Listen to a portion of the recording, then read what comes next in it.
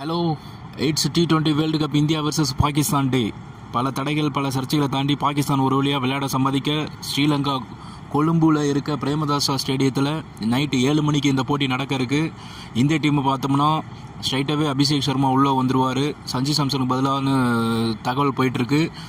இன்னொரு additional spin ஆப்ஷனை India try பண்ணலாம்னு சொல்லப்படுது. Either Washington Sundar or Kuldeep Yadav உள்ளே வரலான்னு சொல்லப்படுது.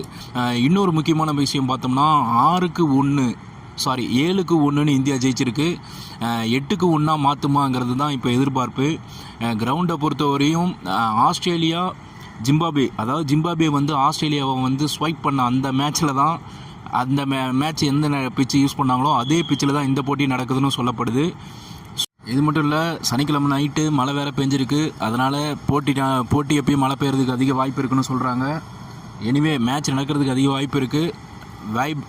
வைபாக இருக்கும்னு நினைக்கிறேன்.